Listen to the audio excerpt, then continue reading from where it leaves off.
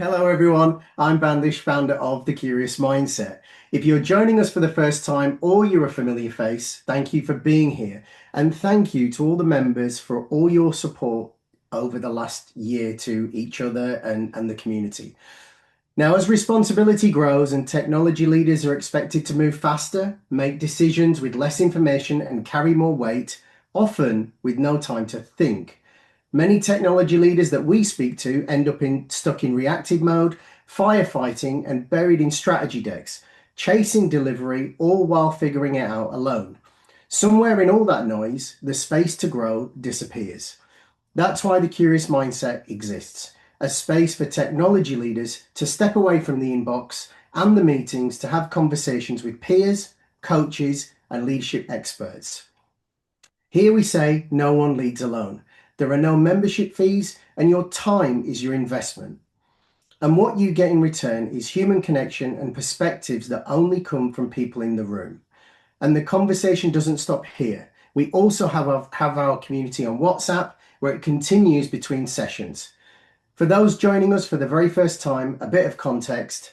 6 years ago, I made a deliberate choice with my business 64 Tech, who are a technology company providing hardware, cloud, and IT services. While most technology suppliers invest in sales and marketing, I chose to build something very different, this community.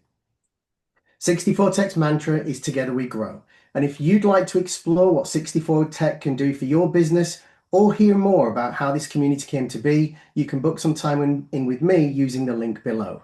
Now, over to our host and leadership expert, Andy McMenemy, our co-host and technology leader, Steve Maxwell, and our returning special guest for this very last session of the season, and who delivered our very favorite answer to the curious questions, Leanne Davey.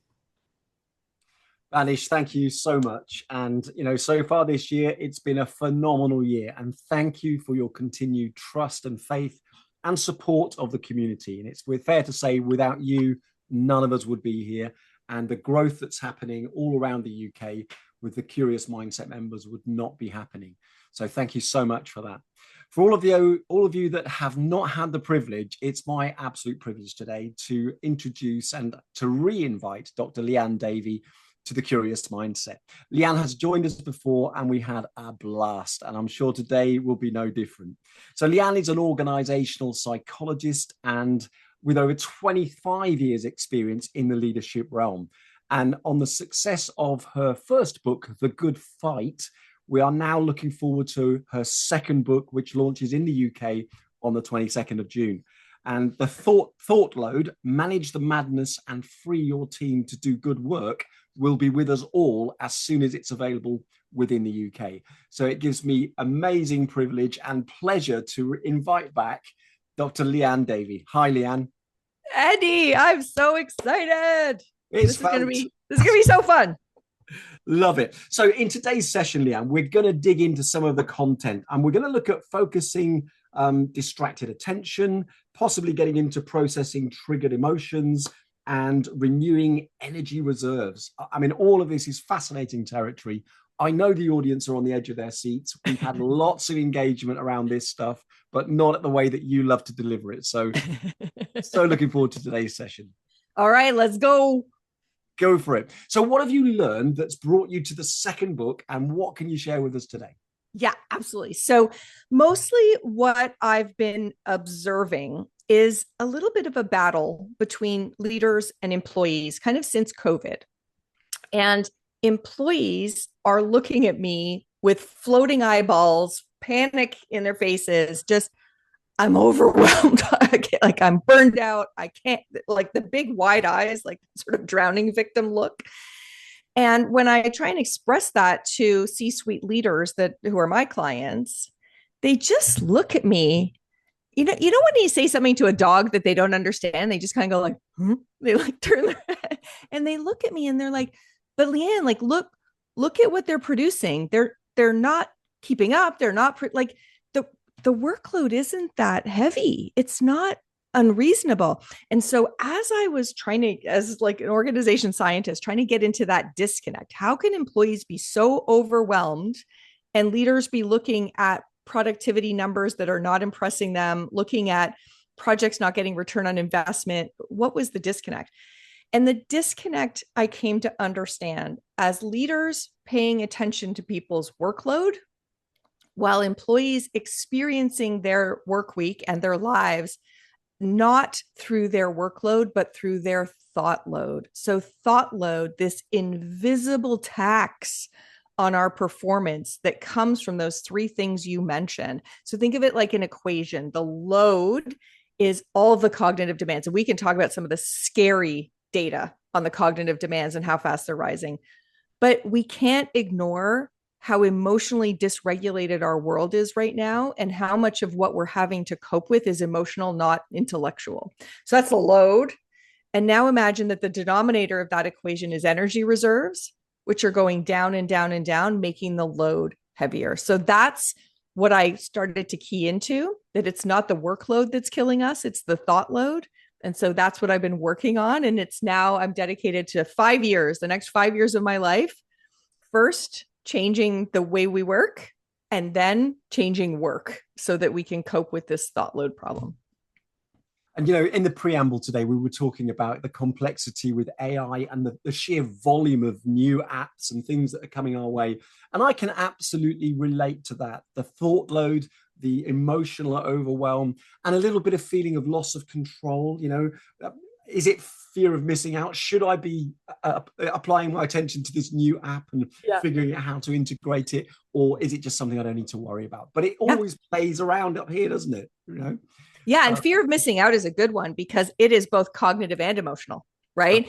The cognitive of like the decision, is this the right one? Which, is it Notion? Is it Softer? Is it Airtable? Is it like, you're having the cognitive. But FOMO is also, am I uncool if I don't do this? Will I be behind? Right. So it's a great example.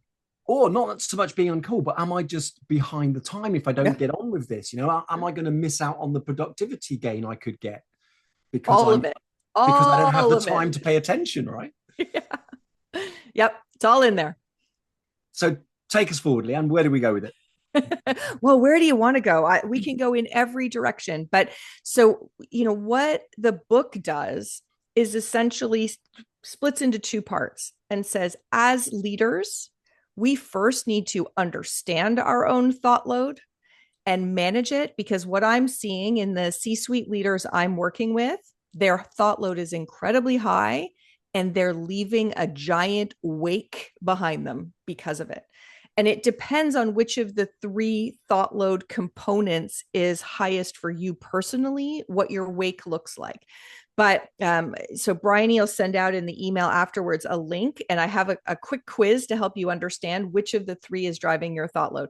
But if you are a person whose thought load is overwhelmed by those cognitive demands, you're probably not prioritizing effectively. You're probably, going to an event like this, coming back to your team with 17 ideas about, right? I know a lot of entrepreneurs, when they go to a conference, their teams sit back at the shop terrified about what brilliant new things they're going to have to implement when the boss gets back. So if your cognitive demands is what's getting your team's going to feel it that way. If it's the emotional burdens, if you're a highly volatile and emotional person, and of course, there's fascinating new research in the UK that men have more emotional outbursts in a day than women at the office. So your frustration, your impatience, your whatever it is, if you're emotionally volatile, which many of us are right now, that's leaving a big wake. And then if it's your energy, if you're spent, if you're right, then that signature is going to play out. So understanding as a leader, where is your thought load at? What's it coming from? What's the wake you're leaving? And the first half of the book is, how do I get that under control? Because if you are creating that, if there's chaos in you, there will be chaos in your organization. And then the second half is, now, how do I lead in a way that focuses people's thought load where it belongs? We want heavy cognitive demands. We want to be emotionally invested in the things that matter. We want to burn our energy on growth, on customer value. Thought load's not a bad thing. The question is our thought load manageable and sort of pointed at the right thing? So as a leader, how do you make sure that's true for your team? So that's kind of the constellation, but I'm happy to follow you anywhere down any path you want to go. Oh, I love that, Leanne. And what's springing to mind with me in my clinical therapy and also in my coaching, Yeah. I often explain that our emotions are our responsibility, right? We're not responsible for somebody else's emotions, although we can influence their journey through their emotions. Yeah. And what I recognize and what I'm hearing here and focusing in on is that actually emotions precede thought, because our brain is a pattern matching mechanism, isn't it? Taking information in through our senses and then trying to make sense because of history, previous patterns, knowledge and experience of what this thing that's showing up in my environment might mean for me. And so if I am triggered, in brackets, by something that's showing up in the environment, then my emotions are immediately going to be in play. Especially if it's fear, right? Especially if it's fear. Yeah. And not necessarily thought will be leading that, right? But we need to control that so that we can then use logic, analysis, and reasoning. And I think that's the skill of leaders at the moment. And we often say in the Curious Mindset, we're not in the technology business, we're in the human emotions business. Yeah. Because we have to influence our teams. Yeah. I'd love your insights on that. Yeah. So one interesting tidbit, and we haven't pulled, my husband and I haven't pulled it together into a study yet, but we have found in the last 5 years, we're working almost exclusively with engineers. So we've been in this space a lot, and we do psychometric testing on all of our clients. And what we're learning is engineers have higher emotional energy than the average population and lower emotional literacy. They don't have the language to express what they're feeling, to process it, to advocate. So we're doing a lot of work in this space. So the first thing we do is help people to understand the difference between emotions and feelings. And the English language is kludgy and terrible when it comes to this, because emotions are pre-conscious, complex physiological responses to our environment. As you said, that they come before thinking, right? They're pre-conscious. And there's so much data in an emotion, so much we can learn from an emotion. But that is completely different from a feeling, which is, as you described it, right? That cognitive overlay, that explanation, often rationalization of what we're experiencing in our body. And while emotions are full of data, feelings are full of drama. They're often incorrect. We have a strong negativity bias as humans. Imposter phenomenon comes in there. All sorts of stuff comes in. So if we can first get the emotional literacy to understand the difference between an emotion and a feeling, then for ourselves, we can interrupt that process of rationalization. When we're leading a team, we can interrupt it, which is essential to interrupting emotional contagion. So there's a lot we have to do to boost our emotional literacy. So that's a big part of what this book is about. How do we do that? And then, as you said, no leader wants to be, should be, can be a therapist. That's not the point. So we need tools to do this that still sound like a business conversation.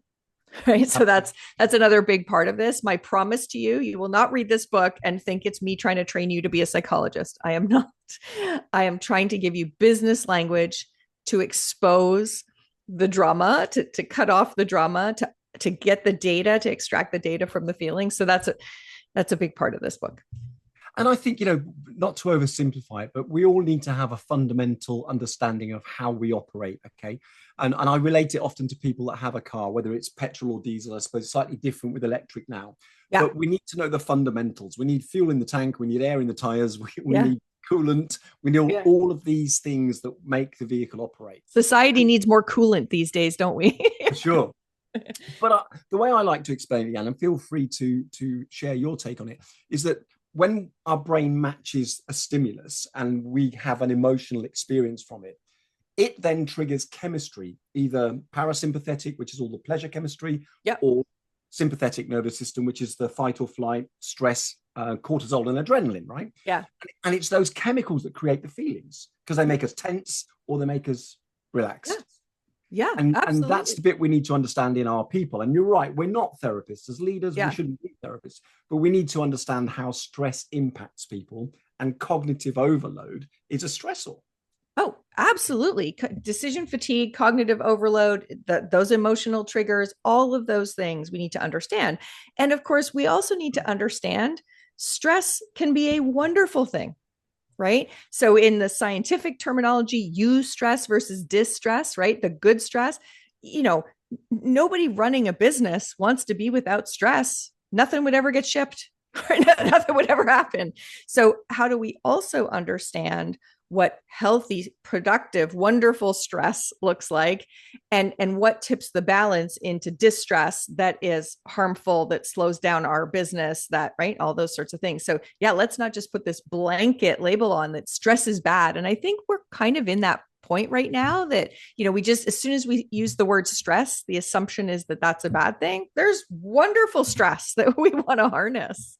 Yeah, I guess what we're looking for is to get that kind of flow state where we are energized, enthused, challenged, learning quickly, collaborating well, all of those kind of aspects of, as you quite rightly said, eustress, which is the productive element of being stretched, yeah, but feeling in control. Well, that's of course, the key, right? And the problem is, if you think about flow state, which is so constructive and wonderful and energizing and all sorts of good things. So the average employee now, so the thing about all of us surrendering our lives to the Microsoft Office suite is Microsoft now has incredible data about how we work, right? The metadata on how we work. So if you get into the entire Microsoft Teams and Office data, we understand people only work on a task for 11 minutes.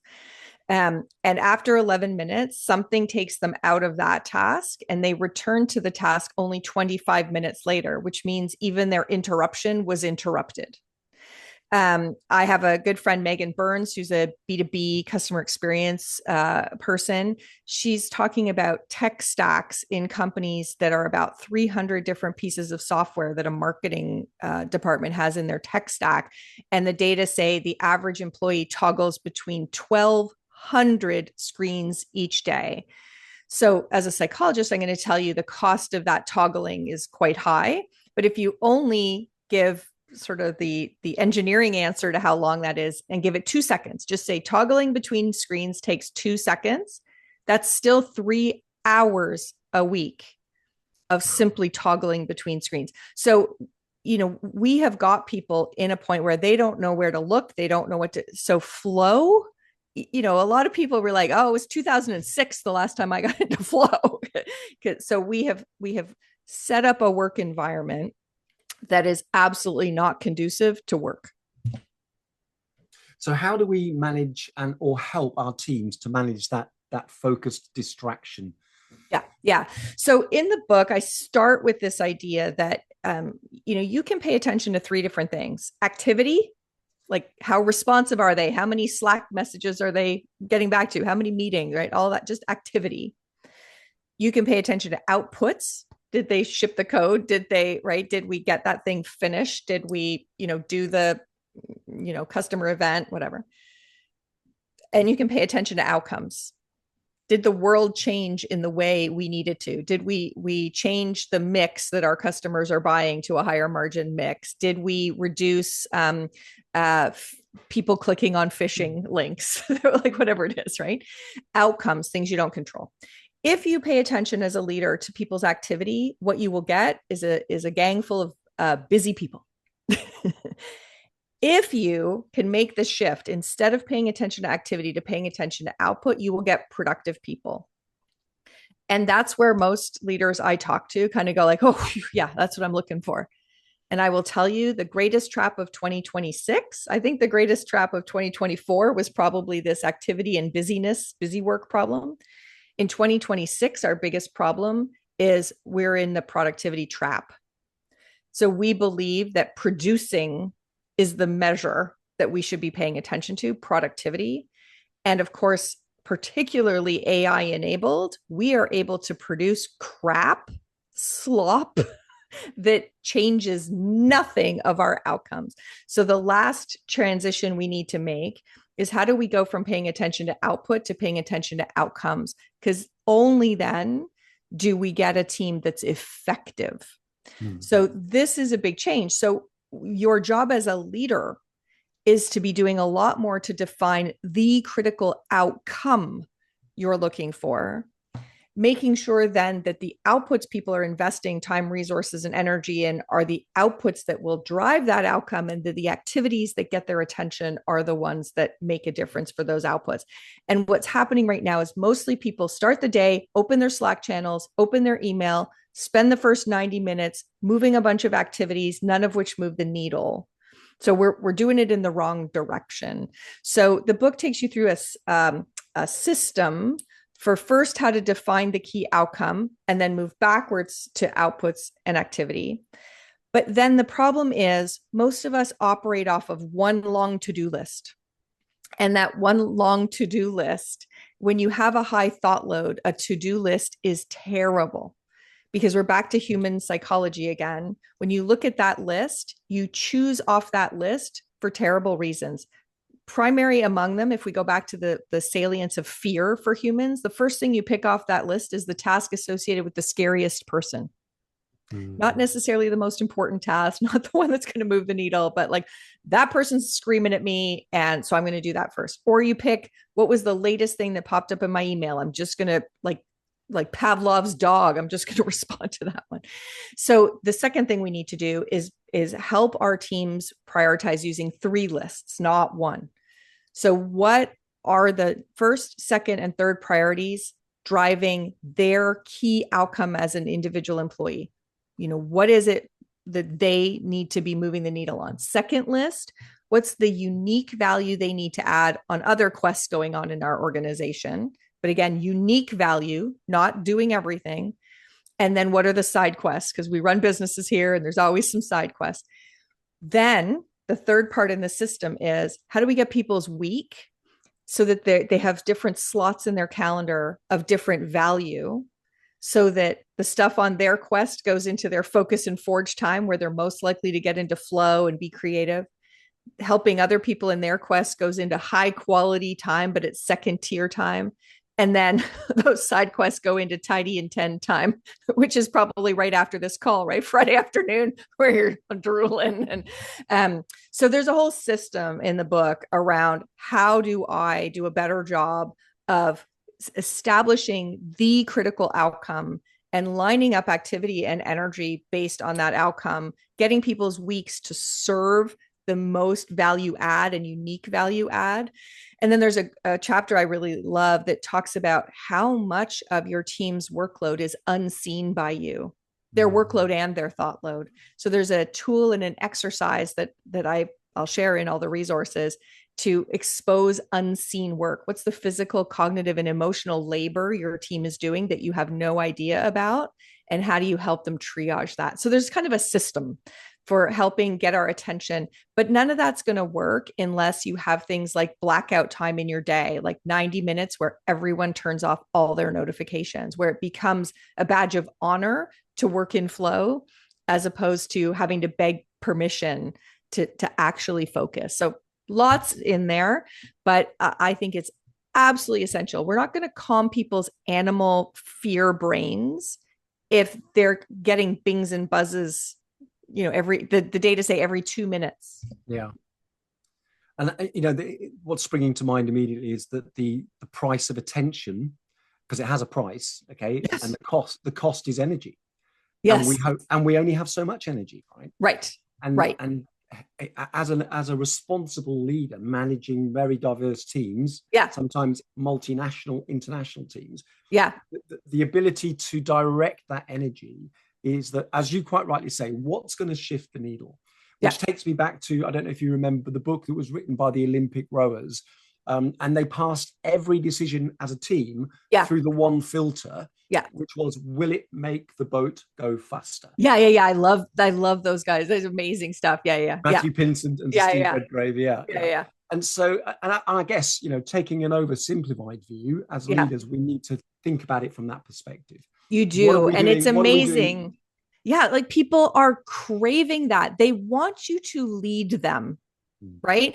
And what I'm very sad about, and I understand that leaders' thought load is profound. I work directly with CEOs. I know how painful their thought load is. But if you can't come to that answer, then you are abdicating your responsibility as a leader. They are looking to you. Please, I want to come to work and work hard. That's not the issue. I just need to know what good looks like. It's terrifying how little they're getting from us. They're looking at us and we're just looking back like, duh. Right? So yeah, it's a big problem. And I guess a proportion of that could very well be down to the leader's overwhelm. It is, because I'm working with these people and I'm literally saying to them, okay, like what is the outcome? And the other problem, particularly with entrepreneurial folks, is you see a lot, right? You that's kind of what you're good at, and much less good. You see opportunity everywhere and have FOMO for business opportunity. And so diluting people across things so that you never actually capitalize on any opportunity because you're trying to chase. It's Aesop's fable of the dog and the bone, right? Like I have this bone in my mouth, but if I reach for that bone, I'll tell you what happens. You end up with no bone. There's a lot of leaders with no bone right now because they're trying to have both bones, right? So how do we get clear? And the other thing I would say is that, I'm not questioning that a company can have 30 critical priorities for the year. I'm saying if you start Jan 1 trying to do 30 at once, you'll get nowhere. If you start Jan 1 saying these 3 for this month, let's go and let's make big progress there. Or this team, go make progress on this team, and hiving people off. So there's a lot to be done. I'm not saying that in this incredibly competitive environment or the pace of change of AI disruption, I'm not saying we have to do less. I'm saying if you want to do more, do fewer things at once. And are there any quick wins, Leanne, that you can suggest for us that will help to reduce the friction in some of those areas? Because, as we say, there are feelings and emotions at play. Yeah. There are fears of not achieving or not hitting deadlines. There's all of this at play all of the time. So how can we reduce some of the friction and then enable a bit more fluidity? Yeah. So I think you can't avoid friction in the human and the business experience. So part of what processing emotions is about is not removing friction. It's there's McKinsey wrote a great article about it, and it's so funny because it really parallels what's in Thoughtload. Is that the idea is not to avoid stress or it's to metabolize it more quickly. And so that's how I want you to think about it. It's not that we're not going to have these very stressful situations of trade-offs or a situation that creates conflict among our team. All those things are going to happen. The difference between great leaders and great businesses and everybody else is that great leaders metabolize that more quickly. So there's a section in the book about how do I process those troubling things more quickly. And what's interesting is that we tend to, first of all, we don't like to process it. We mostly like to just repress it and keep running. That's the most common thing. And then it's coming back to haunt you for sure. But when we do process it, we tend to start with like, why do I feel this way? Why are you guys fighting? Like we go to things that are very much defensive and rationalizing. It's that feelings and drama, not the emotions and data. So the quick process you want to get really good at is being more tuned into your body and understanding when your body's trying to tell you something. Are your palms sweating? Is your skin flushing? Your skin is this giant canvas that is painting pictures of what's going on inside. Your team is reading your skin, even if you're not aware of it. Yeah. So, okay, the first question, actually, so interesting, is to ask, where am I experiencing this? Which is it's sort of a biohack of processing emotions more quickly. Because as you ask, where is my gut lurching? Is my heart racing? As you do that, there's this very interesting, kind of state of mind thing that happens, which is you notice it over there.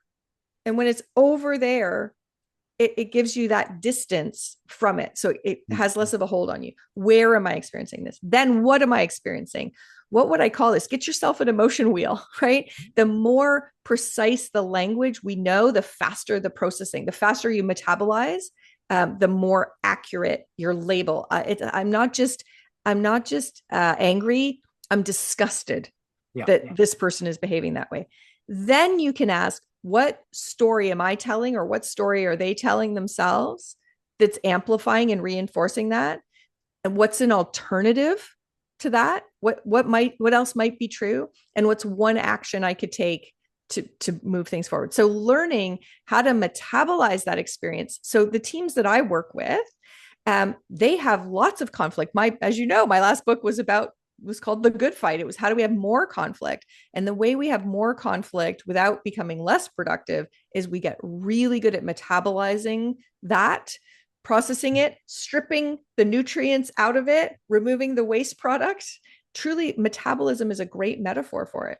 So how do we extract the nutritious evidence from that friction, from that either market friction or internal friction? What do we decide is waste, not useful? Get rid of it and move on. That's the difference. How quickly we metabolize those frictions, not whether we have them or not. No great business is without those stresses and frictions.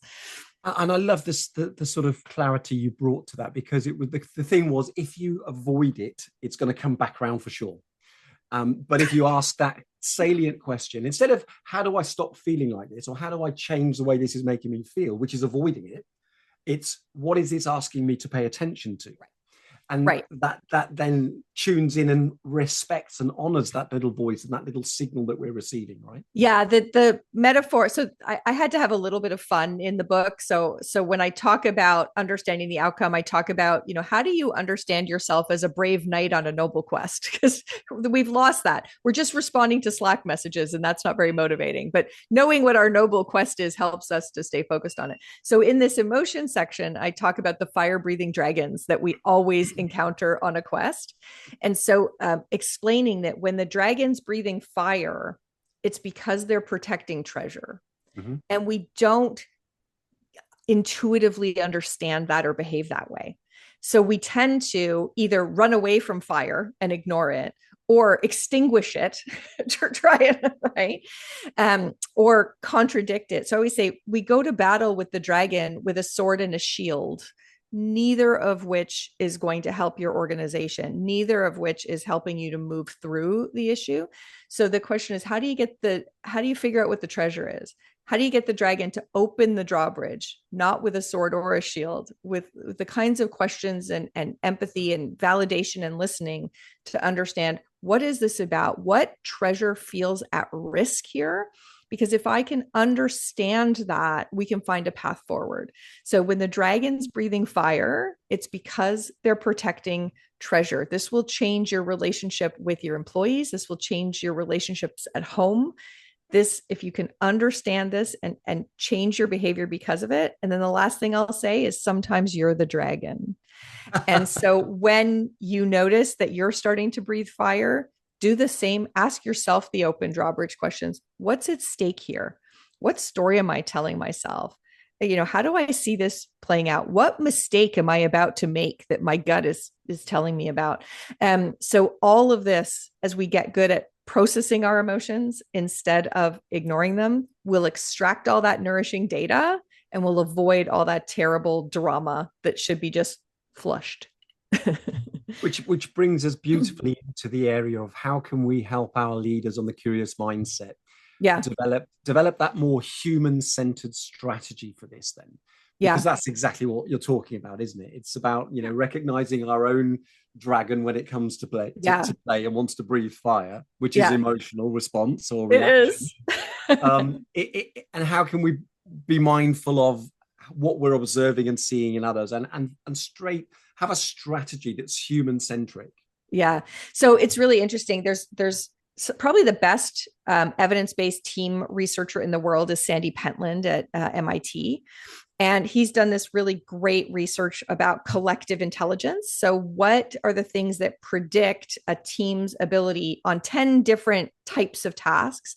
And the second most predictive thing was how aware of the emotional state of others are each of the members of the team. The only thing that predicted more than that was how equally do people contribute to the conversation.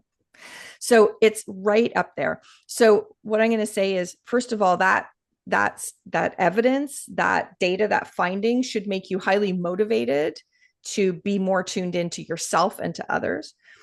But the reason why thought load matters so much is that when our thought load is high, our presence tends to be low.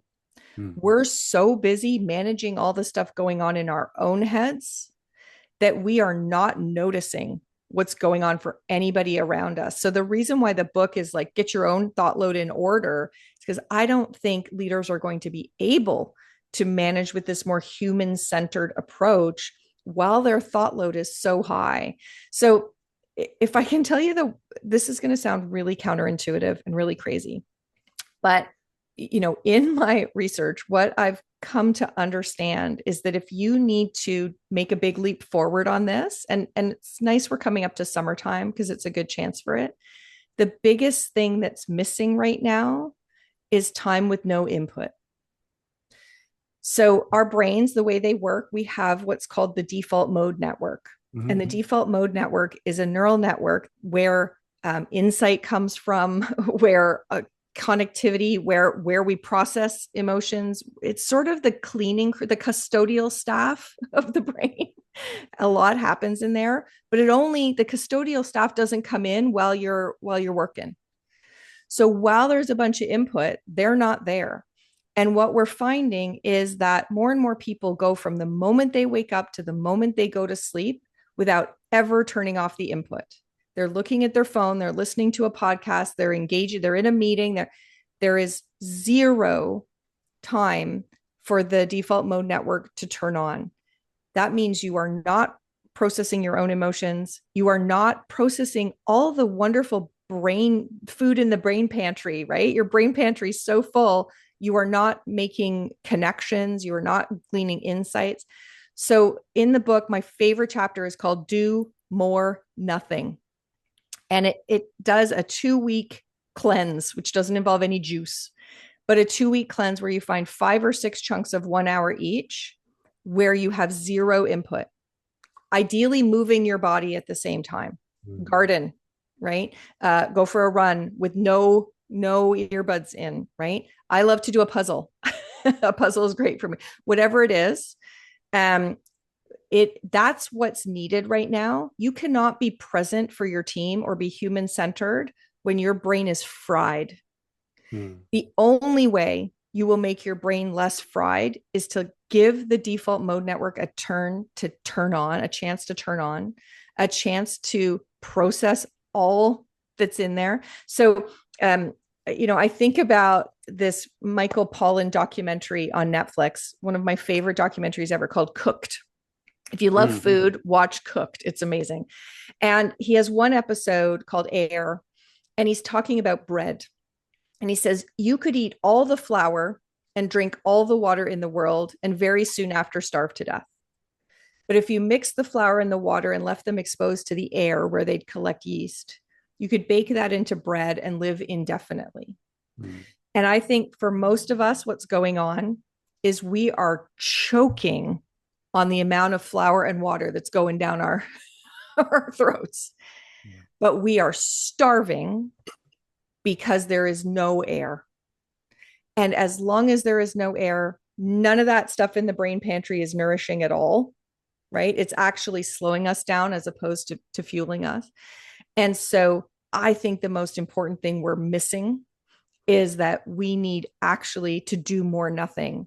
And then as leaders, when we show up in the room, we've done the work, we've processed what needed to be processed, and we can be present. We can be noticing, we can have the energy to go into the good fight. That when our thought load is high, something contentious comes up and you're like, can we just take that offline? Because you can't, right? So I think that's what I'm learning, especially with type A leaders, is the secret is you need to do more nothing. I love that, Leanne. And the analogy with Cooked and the air, which makes the bread, is a great analogy, because if we're not consciously present and we're not focusing in the moment at work with our people, and we're not present, right, then the same is also true when we go home. We're not present at the dinner table. We're not present in the conversation. We sit there watching telly all night, but can't tell you what we watched. It's the So same true. thing. It is, isn't it? Because the cognitive load is constantly running and we're off Yeah. somewhere else. Yeah. And I've Yeah. written about that as well, recently. It's about taking that presence and making it a deliberate practice.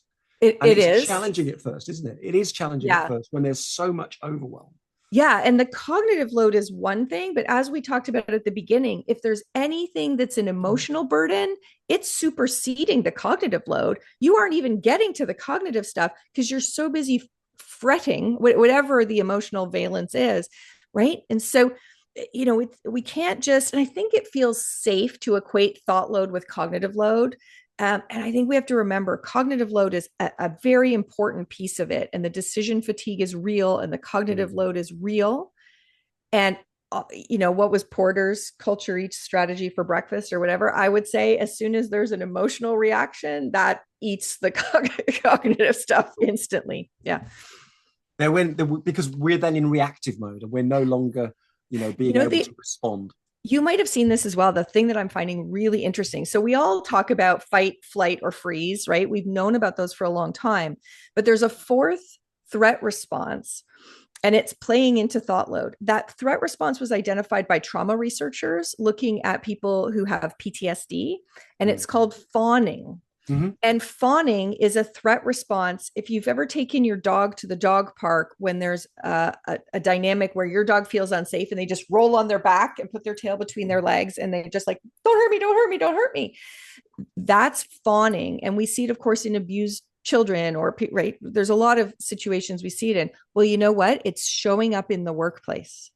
We are seeing fawning responses, which gives us the clues that means there is a trauma response going on. The problem is that when you fawn, the answer is usually like, yes, I can do that and that and that. And of course I'll help it. And so what you're doing is burying yourself even further. So our stress response is making burnout even more likely. So I want you to really, as leaders, be watching for where the fawning response is happening, where we get the like, yes, yes, yes, yes, yes, which is really just please go away and don't hurt me. Mm-hmm. And so first of all, notice that, stop everything and go to like, let's just sit down. Tell me what's on your plate. Tell me what's going on for you right now. Do that unseen work exercise. Do the work on making no a strategic answer in your business. So one of the pieces I really love is a piece I did around how do we go from no to just not yet, not me, not all of it, right? It doesn't have to be no, but you have to build a culture around not yet, not me, not all of it being great answers. So I think that fawning response is really scaring me because it says our workplaces are becoming traumatic. And that's a terrifying thing to say. I don't know whether you've come across his work, but I love Robert Sapolsky's work on this at Stanford. Yeah. And he talks about the 5 F's of the fight flight. So it's not fight, flight, and freeze. The freeze is important because evolutionary, if we could stand still at the moment of recognizing something may be a threat or may not be a threat and freeze to make sense of it. Yeah. But if that's not the case, that it's threatening and I don't need to be afraid of it, can I friend it? Right. Yeah. After I've frozen long enough. Right. Because if I friend it biologically, can I mate with it, which is the last F? Right. Because that's how our gene pool evolved. But I guess in our leadership... I got to ask what the 5th F is for mate. No, okay. Well, we'll let their imaginations play with that one. But he's very clever in the way that he positions it. But I guess if we transpose that to leadership, it's, well, if I don't need to kick off and I can stop the dragon and stop my dragon, right, and make friends with the situation, is there a better opportunity for collaboration? Yeah. And that's where we come out of the threat response and we go to something constructive, right? So, but the level of self-awareness required and just, and that's where I look at it. And I'm like, that's what I'm asking of people. But I understand we got to make some headway on the thought load first, because while the thought load is so heavy, we know that we trigger with a much lower bar, right? And so asking this of somebody, so you've got to tackle the thought load from other angles so that you've got a hope of being able to switch to the friend mode, get out of threat mode. Because wow, when we are heavy thought load, boy, do we just go so fast to foe, not to friend. Leanne, I'm so conscious of time. We're 15 minutes away from the end of the session, and I want to be so selfish and dig into more of this because I could talk to you for days, and I don't think we'd ever exhaust the conversation because you're Definitely an absolute font of knowledge, and I absolutely love this. And thank you so much for everything you've shared so far. But before I ask Steve to come forward and field some questions from the team in the background, would you be kind enough to share with us one idea or one concept that our leaders could take forward that would make a significant difference from your learnings and from the new book? I think I've already shared it, and it's really funny because I think I put the gift on the cover. Right. It's just the word thought load. I'm 3 weeks into book launch, and I've been touring. I was just in Kansas City yesterday. I'm touring around with the book. And what everybody tells me is now that they have this word, they think differently. They talk to their managers differently. Right? So the gift is actually the word that says it's not the workload that I need to be paying attention to. That misses way too much. I need to be thinking in the context of thought load. And of course, we haven't said it explicitly, but the whole book looks at the fact that thought load is not constrained to work, right? There is no invisible barrier that keeps the thought load of home out of the office and the thought load of the office out of it. So it's all of it. But once you have the word, people call me 2 weeks later and they're like, okay, now I know how to think about this. Now I'm more ruthless about what gets in my thought load and what doesn't. So to me, the gift is just walk around for the next week and use this word and see what it does for you. It seems to change how you think about the world. Leanne, thank you so much. I'd like to bring our very own gentle dragon in. Steve, if you'd like to come forward now and field some questions, it's over to you, buddy.